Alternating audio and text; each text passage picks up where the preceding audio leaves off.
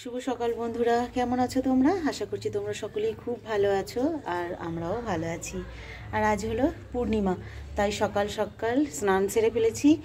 আর আজকে একটুখানি নিরামিষ রান্না করব। আর কেন বলো তো, আজকে শালকিয়া যে বড় মায়ের স্নান হয় দেখার মতো, জানো তো? শালকিয়া বাসিন্দাদের আজকে মহা উৎসব।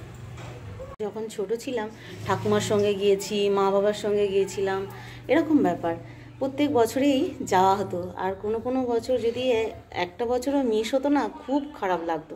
এখন যেরকম টিভিতে মোবাইলে দেখা যায়, তখন তো আর ওরকমভাবে দেখা যেত না। এখন প্রত্যেকটা মানুষ মোবাইলে ছাড়ে, তো সেটাও দেখা যায়।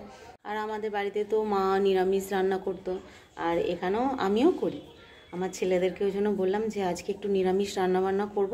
আর এখন একটুখানি মুগের ডাল ভেজে নিচ্ছি।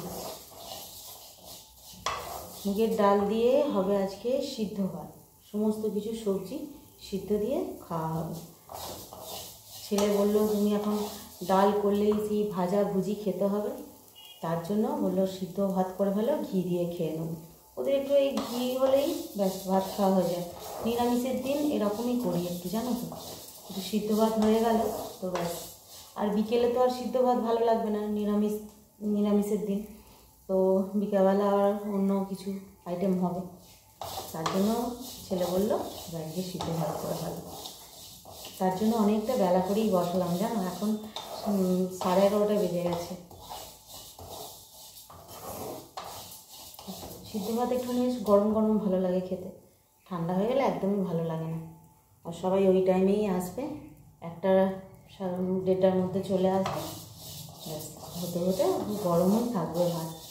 আর এখন আমি টিফিনের জন্য এই যে একটা শশার গোটা কেটেছিলাম, এই খেতে খেতে এই একটা এসে পৌঁছেছে।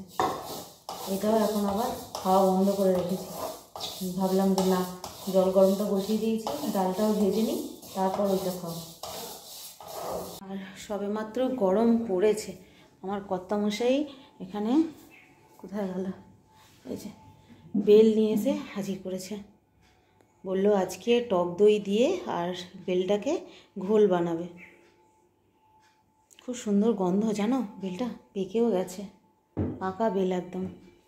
আর এই এখন যে গ্রীষ্মকাল পড়েছে, দুদিন একদিন ছাড়াই এরকম বেলের ঘোল খাওয়া হবে আমাদের। টক দই, বেল, চিনি, বিট লবণ এইসব দিয়ে ঘোল বানালে খুব ভালো লাগে।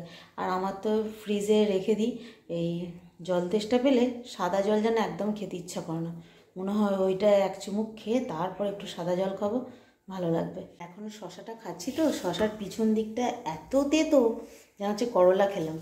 পেয়েও দেখেছি তেতো হয়, এই গরমকালে ঝোলের জন্য নিয়ে আসে তো। ঝিঙে তো তেতো হয়, দেশি ঝিঙে যেগুলো, সেগুলো ওরকম তিতো হয় মাঝে মধ্যে।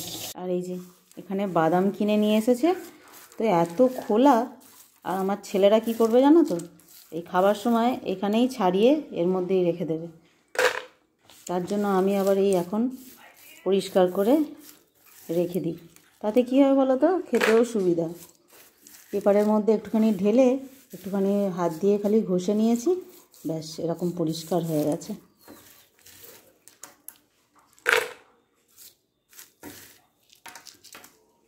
আজকে সন্ধ্যাবেলা এই যে রাতের রান্না বসিয়ে দিয়েছি।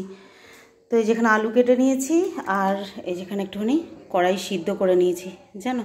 আজকে হবে এরকম কড়াইশুঁটির, কাঁচা কড়াইশুঁটির ঘুগনি। আর এখানে এই যে কি হবে, এই যে আটা মেখে রেখে দিয়েছি, আজকে কচুরি বানাবো, বুঝলে। আর তার মধ্যে এইটুকু কড়াই আবার রেখে দেবো। অনেকটা কড়াই এনেছিল তো, ওই ঘুগনি করে তারপরে ওই পুর বানিয়ে এতটা রয়ে গেছে, রেখে দিলাম কিছুটা, একটু তরকারি ফরকারিতেও খাওয়া যাবে, তাই না। আর এইবারে এই যে কাঁচা কড়াইশুঁটির ঘুগনি রেডি, আর এখানে ভাজা হচ্ছে কচুরি। একসঙ্গে সব বেলে নিয়েছি, জানো তো, একটা একটা করে বেলে করতে গেলে খুব অসুবিধা হয়, তার জন্য সব বেলে আগে এরম করে একটা ডেচকির মধ্যে সাজিয়ে নিয়েছি, আর এবারে একটা একটা করে ভেজে নিচ্ছি। তো চলো বন্ধুরা, আজকে রাত্রিতে এইসব খাওয়া দাওয়া, আজকের ব্লগটা এই পর্যন্তই। পরের দিন আবার দেখা হবে, ততক্ষণ টাটা। বিয়ের আগে রান্না শেখা হচ্ছে মা আর জেঠিমার কাছ থেকে। বিয়ের পর আবার নতুন করে সব রান্না করতে শিখতে হয়েছে, সেটা হলো আবার শাশুড়ি মার কাছ থেকে। এই তিনজন হলো আমার রান্না গুরু।